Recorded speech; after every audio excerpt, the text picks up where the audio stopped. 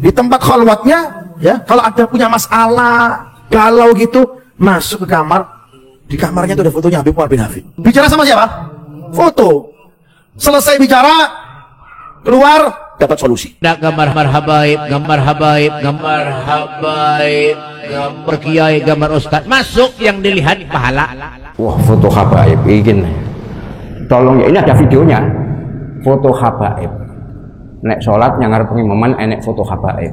Kemudian apa-apa kalau punya foto habaib ini akan selamat mendapat syafaat. Tolong ya para habaib, sadar ya.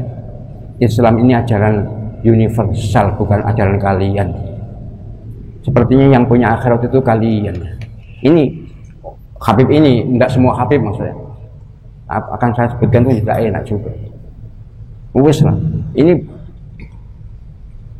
berapi-api. Pokoknya kalau ada apa-apa segera lihat foto Habib. Kan. Jadi dapat syafaat dari Habib itu. Dosa besar.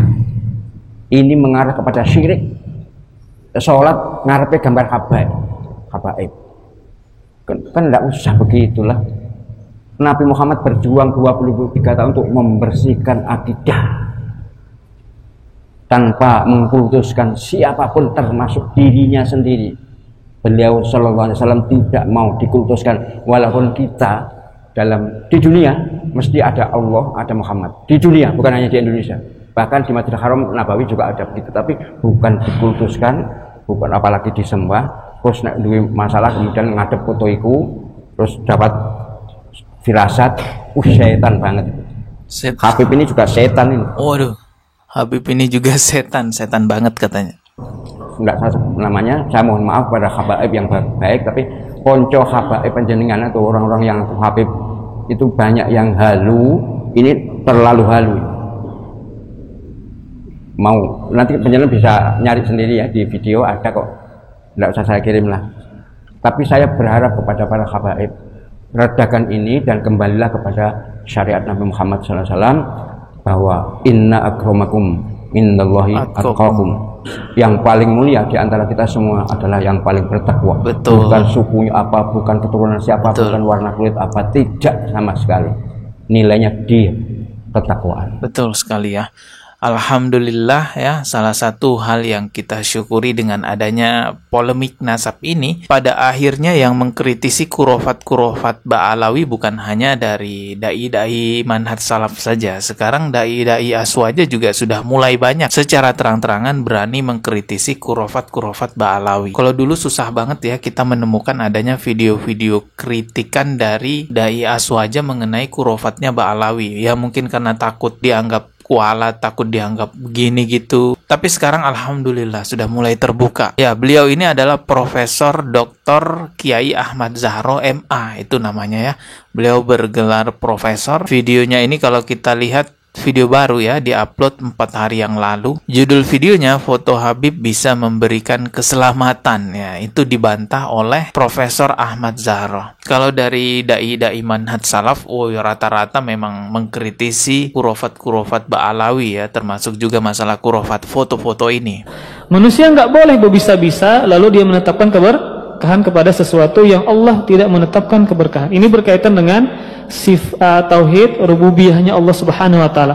Hanya Allah satu-satunya yang berhak memilih untuk menetapkan keberkahan kepada sesuatu. Maka kita tidak boleh. Apakah ada dalam syariat foto misalnya sumber keberkahan? Maka jawabannya tidak. Termasuk di antara yang jadi jimat yang tersebar di masyarakat adalah foto kiai tuan guru jadi jimat. Banyak itu. Dia tempelkan foto tuan gurunya, kenapa? Untuk menolak bala. Itu mereka yakini. Mereka buka toko, pasang tempel foto tuan guru. Supaya apa? Supaya kalau kebakaran nggak jadi kebakaran. Namanya jimat. Tuan guru dijadikan apa? Jimat. Ini syirik, tidak boleh. Syirik. Dan ini banyak tersebar di masyarakat. Nah sekarang alhamdulillah ya, bukan cuman dari dai-dai salafi aja yang mengkritisi, melainkan dari dai-dai aswaja, kiai-kiai aswaja, pemuka agama di aswaja juga sudah mulai secara terang-terangan mengkritisi kurofat-kurofat Ba'alawi. Terkhusus masalah kurofat foto ini, doktrin-doktrinnya tuh cukup parah teman-teman. Hendak gambar ulama di rumah, hendak gambar habaib, gambar habaib, gambar habaib, gambar kiai, gambar ustaz, masuk yang dilihat pahala. Anak keluar yang dilihat pahala juga.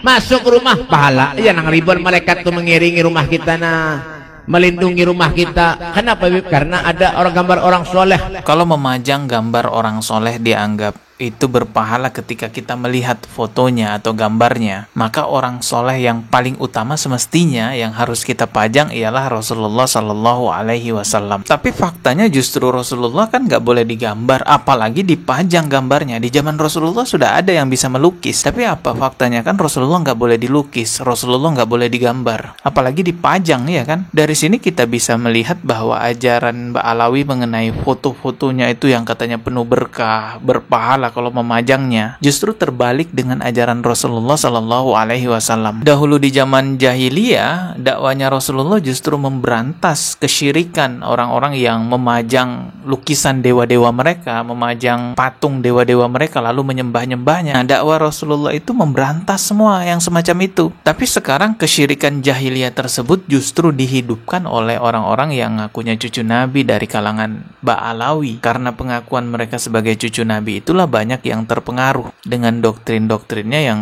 sebenarnya jauh dari ajaran Islam. Di tempat khalwatnya, ya, kalau ada punya masalah, galau gitu, masuk ke kamar, di kamarnya tuh ada fotonya Habib Umar bin Hafid. Berbentuk foto loh. Dia itu ngomong, ya Habib Umar, aku ini masalah, ya ini segala macam, support kabeh, wis utang-utang ini segala macam, support kabeh. Apa Habib? Ngomong Habib? Bicara sama siapa? Foto. Selesai bicara, keluar dapat solusi. Ini udah benar-benar kesyirikan, bukan hanya sekedar berharap berkah, berharap syafaat, tapi ini udah benar-benar seperti sesembahan ya. Pajang di kamar fotonya, kalau punya masalah masuk ke kamar, tatap fotonya, minta solusi sama foto itu. Ya fulan, saya minta solusi, masalah saya ini, keluar kamar, langsung dapat solusi. Janji Allah kepada pelaku dosa kesyirikan tidak akan pernah diingkari, yaitu akan dibuat kekal di dalam neraka jika seseorang mati membawa dosa kesyirikan tersebut. Silahkan baca surah Al-Ma'idah ayat 72. Ingat ya, kalau mati bawa dosa kesyirikan itu konsekuensinya kekal di dalam neraka. Begitupun juga terdapat dalam Al-Quran surah Al-Bayyinah ayat ke-6. Ditegaskan bahwa pelaku kesyirikan itu, jika dia meninggal membawa dosa kesyirikannya, maka dia akan kekal di neraka. Ini firman Allah. Allah tidak akan mungkin mengingkari firman-Nya sendiri. Itu udah menjadi ketetapan kita sebagai orang Islam, dilarang menyekutukan Allah. Lalu solusinya gimana yang udah terlanjur? Ya bertobatlah kepada Allah Subhanahu wa Ta'ala sebelum meninggal, karena kalau sudah meninggal bawa dosa kesyirikan nggak ada kesempatan lagi. Tapi sekarang alhamdulillah saya lihat video-video di sosial media sudah banyak yang mulai melepas foto-foto Ba'alawi di rumahnya. Ya karena mungkin sudah mulai sadar nih mukibin,